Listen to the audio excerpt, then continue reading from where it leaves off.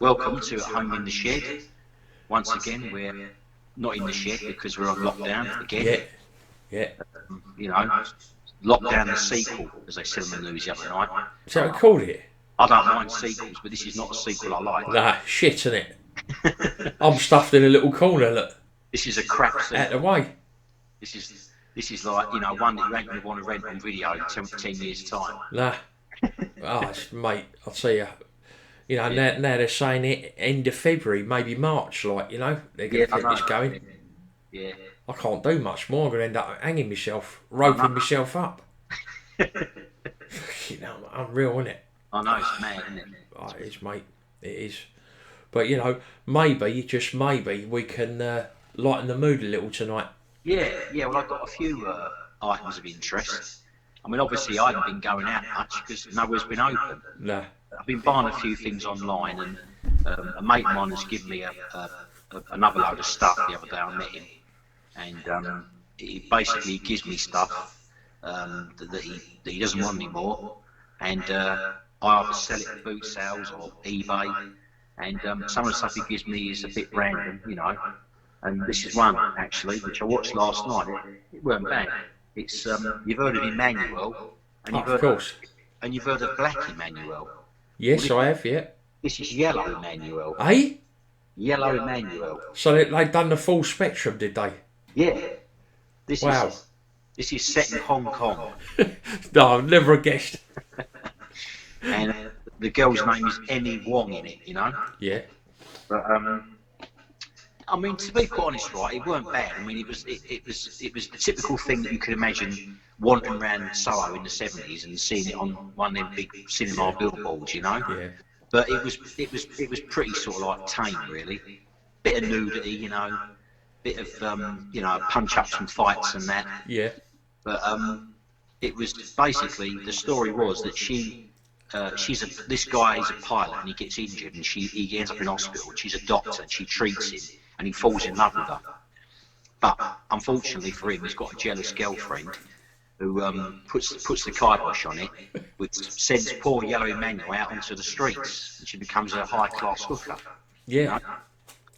When she finally manages to meet up with the guy again, it turns out that he's got an incurable disease and he dies, after 3 days of him being married. So, a bit of a tragedy, really. Well, I suppose it is. But most blokes that used to get Emmanuelle in the 80s, girl, would obviously view them for their own pleasure. Yeah, you're watching it for the storyline. Yeah, I mean, I was getting into the storyline, actually. Yeah, well, and the bonus with this as well is that it features I can't pronounce her name, Elena Stoller or something. we know her as Ciccolina. Oh, the old MP. The Italian Ciccolina, yeah. She was a political leader, wasn't she, out in Italy? Yeah, she done all the porn and then went political, didn't she? Yeah, that's it. Yeah, got a porn star as a president. We got fucking Boris Johnson. Yeah. It's unbelievable, isn't it? Yeah, I mean, it weren't bad. And the good thing about this video as well is it's a pre-serve. Not that there was anything particularly X-rated in it, really, but it's a pre-serve video, which you've got plenty of these, where there's no certificate on them, no 18 and 15. It's just I mean, did it have the usual classical music in it while the sex scenes were going on?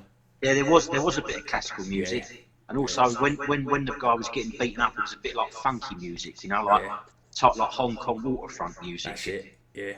But, I remember looking at one when I was young, and I remember obviously you're enjoying yourself and watching, and I shouted out in my moment of ecstasy, "I love you."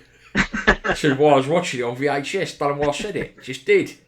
Just come out. The passion was too much. But what a laugh that was. God, yeah. No, good choice, mate. Yeah. Yellow Emmanuelle. Yellow Emmanuelle, yeah. I mean, it's 1977. Yeah. So it's like probably come to the end of the Emmanuelle films by then. Yeah. Hardly politically correct nowadays. You can't even fucking say anything nowadays without someone getting the hump. Yeah, that's right. That's made me laugh. That fucking Yellow Emmanuelle. Brilliant. Right, next one I've got. I got this a little while ago at the one of the charity shops for a little close down, and it's called Matt at the Movies. Oh, Matt Monroe. It's Matt Monroe, yeah. Do you know my dad worked with him? Yeah, I remember you telling me, yeah. Yeah, 'Cause he was a bus driver, wasn't he? That's right, and then he had a grocery place, I think, and my dad was a driver for him. Yeah, yeah. And he said he weren't much. He said when he used to sing in the van, we wouldn't be without all the backing and all that, I suppose. But he's great. Yeah, I mean, the good thing about this film is that it's the film that he made. He made one film, and it was called Satan's Harvest. Well, I didn't know that. Yes, I mean, I didn't know that myself, but it's called Satan's Harvest, and I watched it, and he's in it for a bit. He comes and goes in it, but it's a bit like a thing where they're all mercenaries set in Angola or somewhere like that. Oh. The film wasn't much really. It wasn't much, but the other thing on here is better. It's called Go Go with Monroe. Yeah. It's a program that he made I'd say it's about 1965, and he's in the studio and he's singing with all like Roy Castle and Marion Montgomery's another singer. Yeah. But what's good about it is that in between the bit, he's all around London in the 60s again. He's hopping on off the buses and, you know, coming out of stations, and it's just great to see, like, once again, London in the 1960s. Yeah. And yeah, so that's, I mean, the film's not a lot of cop, but the other thing is better. And He also, come from around that way, didn't he? Like Islington and all that, like all around that way. It said, like, because there's also a documentary about him on there, which I haven't watched yet, but there's a little mini documentary, and I think I talked to his daughter or something to say, like, how he got started, you know? Yeah. But, Love his voice, brilliant voice. Yeah, I mean, and the clips, the clips are good. I mean, he sings, it says, shot in glorious colour on location in London and Rome. That's right, bits of Rome, you know. Yeah. This 1966 film feature was originally screened as a support feature in the cinemas. Unseen for 40 years, the half-hour music shows a must for all music lovers, with Matt at the pinnacle of his career performing Music Can't Be Wrong, Somewhere, Lot Living, Three Coins to the Fountain, all the classics, like, you know. My dad's favourite, that, Somewhere. Yeah. But he preferred it by PJ Proby. Oh, yeah. PJ Proby was good, wasn't he? He was, yeah, brilliant, yeah. He made a record in the 80s actually, which was quite rare, and it was he did a version of Prince's Sign of the Times. Oh right, okay. Imagine PJ Proby singing. Yeah, don't suit him at all, like, you know. But no, brilliant. But you know, going back a bit of music, when I was watching Dougie Fresh the other day, the show and Get Fresh Crew and all that, and then Snoop Dogg does Lardy Dardy with him. Oh yeah. And it's brilliant. It is live, you know. It's great. And then they shot. I think it was at Notting Hill or Brixton, and he'd done a show, like the show, and he'd done Lardy Dardy, and you got all the young blokes in the audience just like that, like looking as if to say, "What's this all about?" Yeah. You know. And when you think he was the original first beatbox, wasn't he? Yeah, it was. Him and Biz Markie, you know, and people like that, you know. Yeah, that's right. Yeah. But Biz Markie. yeah. KRS-One. Oh, brilliant. Scott La Rock, wasn't it? Yeah, that's it. And who was the other guy? There was another guy called Chubb Rock. That's right. Yeah. I mean that guy, like Dougie Fresh, he was the original, wasn't he? The original like, beatbox. I mean, him and like Run DMC, I suppose, were the first ones, you know. No, I liked it, but when you look at like rap back then, none of it was political, was it? Really, the only ones that were probably political was probably Public Enemy. Yeah, at the time, they was the most controversial, and I suppose the Beastie Boys. Yeah. I mean, the LA bands, the LA rappers were more political, like NWA and Dr. Dre and all them. Yeah, that's right. The New York one was all about mostly like about bragging about themselves and, you know, like Cold Crush Brothers and stuff like that. You know? Yeah, I mean, I was listening to Curtis Blow the other day as well. Yeah. You know, all the old stuff was coming back in my head, and I'm thinking, blimey, you know, it's. I don't know. You just sort of, while you're in lockdown, you sort of reminisce a little bit. You know, and you think about things that's happened. You know, it's weird. Yeah, and like you're saying, I mean, I've been going through a lot of stuff here. Like, you know, I've been going through lots of tapes and records and that. You know, and you know, just having a general sort out because you know you can't really go out. So. Nah. And you remember what you done the day you bought that record, didn't you? Yeah, I'm like that. You know. Yeah, I mean, a lot of these I can remember. I can remember when I bought them. You know, where I bought what day. Crazy, innit? But there you go. Yeah, I mean, it'd be good to pull just a random one out again at the end. Yeah, I will. And you can tell us a bit about it, like, you know. I will pull it around. round that one out. All right. Right. Okay. What we got, mate? Right, so I've got two more. I got these in the pound shop. Yeah. I thought to myself, well, I haven't seen these in years, so I thought I'd have to get them and have a little look at them again. That one, that's Black Rain with Michael Douglas. Right. Yeah. I recognise the cover. Remember that one, Black Rain? It was Michael Douglas and Andy Garcia. That's it. I had a poster of that. I did. Did you? Yeah. Yeah. Yeah, I mean, I like these. These were coming out a little while ago. You could get a certain series of these, the 80s collection. Yeah. And they had Big Trouble in Little China, The Thing, right. Yeah. something else. But I saw this in the pound shop and I thought, well, you know, because there's nowhere else to go apart from the pound shop. And Well, that's it. I thought, yeah, I'll look at that again because I ain't seen it for years. And Yeah. the other one I got is, which I'm looking forward to watching again, which I haven't seen for years, is Basic Instinct. Yeah. What a film that is. Yeah, I mean, I've not seen this for years. Yeah. No? I mean, I remember it when it came out. We had it on. When it came out, and we watched it at Gresham Street. It was on one of them bootleg videos. That's right. But it's quite strong for the time, I suppose, wasn't it? I think it was. Yeah, I think it was fairly because it just made Fatal Attraction or something. I think. That's right. But didn't it happen by accident? You know the old leg crossing scene. Yeah, I think I'm so. sure I read something. It happened by accident or whatever it was. Yeah, whether she did it on purpose or the director decided to use that particular bit. Yeah. Well, surely you remember if you got no drawers on with a camera crew sitting there, surely. I remember when she did something, and there's a guy in it who's an actor called Wayne Knight, and he played a character called Newman in this comedy, and he said she's going for a gun. Just when she crossed her legs and puts her hand in her bag, he said she's going for a gun. That's right. Yeah, that's it. Oh, I remember it. That's a great film. That is. I should look forward to watching that again because I've not seen it for years and years, and I'm going through a bit of an 80s flashback period at the moment, you know. I'll tell you, one to watch obviously is Whore, if you can get hold of it. Teresa Russell, as you know. Yeah. And you've got Rebecca De Mornay in The Hand That Rocks the Cradle. Oh yeah. A couple of cracking films, weren't they? It's funny because I remember like every Friday night I'd get off the bus and go in the video shop. Yeah. And used to get a film for the weekend, you know. And I remember getting both of them out on video. Yeah. And also another good one was called Pacific Heights with Melanie Griffith. Michael Keaton, wasn't it? Yeah, that was good as well. Yeah. I love that film. Michael Keaton, Melanie Griffith, and there's another one called Betrayed with Deborah Winger and Tom Berenger. That's right. That's a good film. Some good films. I mean, the other night I just happened to come upon it by chance on BBC One. Point Break was on. Oh, great film. I ended up sitting out till 2 o'clock in the morning watching it. I don't blame you. I mean, what's the other one? Sliver's another good film to watch. Yeah, Sliver. Yeah, got that on DVD. We watched a film on Sky the other day called Tailgate. Tailgate. And it was a French film about this bloke who carried chemicals in his van. Yeah. And had road rage with people and then got them, burnt them and that. And I thought it was going to be crap. But I loved it. It was a great film. Yeah, brilliant.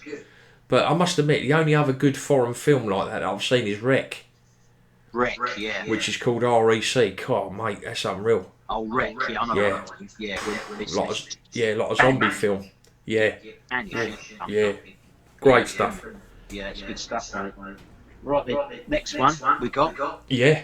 Now, I had to treat myself to this because I had it on video for years, off the TV, funny enough. And I've even got the soundtrack. Well, you would have, wouldn't you? What's going on here? And it's the disco classic, Thank God It's Friday. Bloody hell. What a mixture. Donna Summer and Jeff Goldblum. Yeah, I know. It is. It's strange. Show us that album cover again, Gal. This was made. That's a brilliant album cover, isn't it? Look at that. It's good, isn't it? My mum got this, believe it or not. Really? My mum got it, yeah. She used to come in with records from jumble sales and charity shops, and she came in with that. I said, oh, great. But, yeah, this has just come out on Blu-ray, and basically what happened was when you had Saturday Night Fever, I mean, obviously it was like, it was a main, wasn't it? Saturday Night Fever was so popular. And then this came out the year after, I think. and it was produced by a guy called Neil Bogart, who ran Casablanca Records. Casablanca Records dealt with Donna Summer, Parliament, loads of funk bands, soul bands, but also they had Kiss, like a rock band on their label, you know. Yeah. But they bought this out, I think, just to try and make a disco film like Saturday Night Fever, and it's a bit naffy. It's a bit naffy place. It's a bit camp as well, you know. Yeah. I mean, Jeff Goldblum is the guy who owns the disco, you know, and Donna Rings a bell, Summer. that does. Yeah. Yeah, you might have seen it on Sky Movies, because that's Yeah, when I taped it on TV on Sky Movies. And Donna Summer's just the girl in it who's like, she's trying to make a name for herself, and she breaks into this disco, like bluffs her way through and tries to get her record played. The DJ is an actor, I forget his name, but he's one of them guys you recognise him instantly. He's been in Cheech and Chong films and Police Academy and stuff like that. Yeah. And there's loads of people in it as well from Fame, like the girl from Fame's in it. Yeah. Oh, brilliant. Loads of people, but like I said, Deborah Winger, she's in it, she's very good. And the soundtrack's pretty good disco music, you know. And the way it's filmed is quite sort of like, you know, especially on Blu-ray, it's nice and bright, and they're in this club. You know, but the thing is, you think to yourself, well, I'm sure that clubs weren't like that in real life in Los Angeles in 1978. No. There was a lot more worse things going on that they're portraying in this, you know. Oh yeah, definite. But yeah, it's good. It's, you know, it's good fun, you know. Worth a watch. And Donna Summer, I mean, you know, I always liked Donna Summer anyway. Yeah. Most punks had a soft spot for Donna Summer. Yeah, and it wouldn't be right that we didn't give a little talk about the little black girl in Police Academy. Yeah, died this week, didn't she? Yeah, she died, didn't she? Yeah, she was great. Hooks, Officer Hooks, yeah, with that little voice, you know. Yeah, that's it. Yeah, when it came up on the news, I see that and I thought I couldn't place who she was from it until they showed an actual picture of her. Yeah. Waving the gun about. I thought, oh yeah. But she was born in like 1947, and I thought, what? So in Police Academy, she was about 40 odd. Yeah, she must have been. Yeah. But she looked like a little kid in it, didn't she? I know. Weird. She did, and that squeaky voice and that. We watched a film the other night with Stacey Dash in it, and it was a recent film. No change again. Yeah, I know. She's done things different. It's weird, isn't it? I know. Like, looks exactly the same as she did in Enemy Territory. Yeah, she doesn't look any different, really. Yeah, so strange. Enemy Territory. She was in another film I watched one night on Channel 5 called Illegal in Blue. Right. She was a nightclub singer, you know, trying to expose this guy who's like a drug dealer in the club or something. I think she might be an undercover cop in that, you know. But yeah, she doesn't change much at all, you know. Such a good film. Yeah. But trying to think what we see. And obviously, you know, it goes without saying about the film I recommended the other day. Oh yeah. The Quiet Murders. Quiet Murders, yeah. Unreal, wasn't it? So if any of you want to watch a film during lockdown for a laugh, it's called The Quiet Murders. The full movie's on YouTube. Yeah. Unbelievable. It was, wasn't it? It was unbelievable. I mean, I watched it, and I just couldn't believe it. I mean, it started out, I thought, yeah, this looks like it might be all right, might be okay. And the doctor, the main character, he seemed like a ordinary guy, you know, just doing his job, no worries. Yeah. It wasn't until he got back to his house and he realised that his wife was taking advantage of him, you know, going on, having lovers and going on holidays, all he's expected. That you realise that he was about to crack and couldn't take it anymore, you know. Do you know what I didn't get? The bit in the film, you know, when he throws her off the boat. Yeah. What was she bent over for, holding her stomach? I'm not sure. I think did he punch her in the stomach? I don't know, but later on he done the same, went like that, and then it was weird, you know. I think there's no reason for him to do it. I reckon it was on a budget of about 25 quid, didn't you, that film? Well, the thing was, I mean, there was quite a few expensive scenes, weren't there, like in Venice and that. I said, where are they getting the budget for these locations? And he said, probably some studio somewhere made to look like it, you know. Do you know what made me laugh? You know, in the finale where a girl gets stabbed or shot or something, you can actually see the blood bag hanging out of her dress. If you look closely. Yeah, You know, you think, Jesus Christ. So, if anyone wants to watch a good B movie, you know, yeah, low yeah, budget definitely, on yeah. YouTube, The Quiet Murders. I can only compare it to something like Dusk Till Dawn because it started out normally and Yeah, just it took a twist, didn't it? Went berserk at the end, like in Dusk Till Dawn, all the it did. vampires and werewolves arrive. It's like Yeah. you're not expecting it. I mean, You just weren't yeah, expecting it. almost as B movie as The Shark Exorcist, you know? Yeah. Gonna need a bigger cross. Fucking Fucking hell. yeah. Fucking hell. Love it, mate. Brilliant. Yeah. So we were talking earlier about obviously, you know, in the UK they're dishing out the COVID injections, Yeah. and you know, like mostly the people who are getting it first are the old and infirmed and that, people Yeah. in their homes, people in their 90s. And apparently you were saying on the news the other day, this gentleman was having an injection. Oh, I'll never get over that album cover again. That's unreal, isn't it? Look at that. Old Lionel Blair in his prime. Oh, mate. Fucking hell. Lionel Blair's aerobic dance. Fucking hell, girl. I never knew that he'd. I mean, I've seen all the others. I've seen, you know, Victoria Principal, Angela Rippon, Green Goddess, whatever. There's been loads of Keep Fit albums over the years. The most famous, of course, Jane Fonda's Workout. But I never knew in a million years that Lionel Blair had made one. I mean, them shorts. Yeah. See what religion he is. Should be banned. And if you look closely on it, he's actually doing a workout routine to the E.T. theme tune. That's it. Yeah. Yeah. This is on there. Yeah. It's funny because the A side of this record, it's him all the way through, doing like saying, you know, like, okay, 1, 2, 3, let's move, 1, 2, 3, and all that. But on the B side, it's just the music, instrumental. No talking, so you could actually put this on at a party or something and get down to the music, and it wouldn't be too bad. You don't even have to listen to it. Yeah, but you fucking know, hardly going to be a banging party with the E.T. theme tune going, is it? Hey, what other tunes are on there? You've got Shake It Up, Shake Your Booty. Then you've got This Love's on Me, Tonight I Need to Have Your Love. You've got X-Rated Remix, theme from E.T. The theme from E.T. is by the Future World Orchestra. And then you've got Fame, She Can't Love You, which is actually quite a good tune, actually, by Shamise, they're called, which is like a disco record. But yeah, the label this is on as well is fun. It's called Conifer Records. And it's Conifer Records, Horton Road, West Drayton in Middlesex. He's been there, he has. Yeah, he's obviously had to go there and have a chat like with the studio managers, like, you know, the people who are going to record it and that. Fucking hilarious, mate. Yeah. So what we're looking at is a maybe a little delve into the archives, just a random record. Go on. A random delve, yeah. Let's have a look.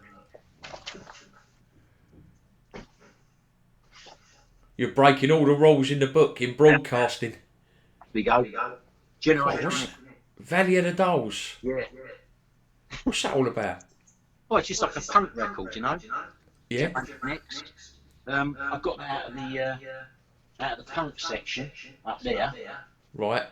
And most of the stuff I sort of know where it is, but I'm just trying to think if I can see something else with a bit more of an unusual cover.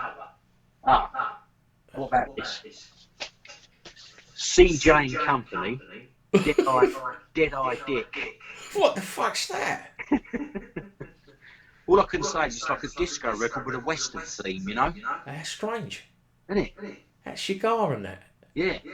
Well, he looks a bit like someone out of like Shaft or something, but He actually looks like my mate at school, Stokely. Looks just like him. Stokely. Yeah.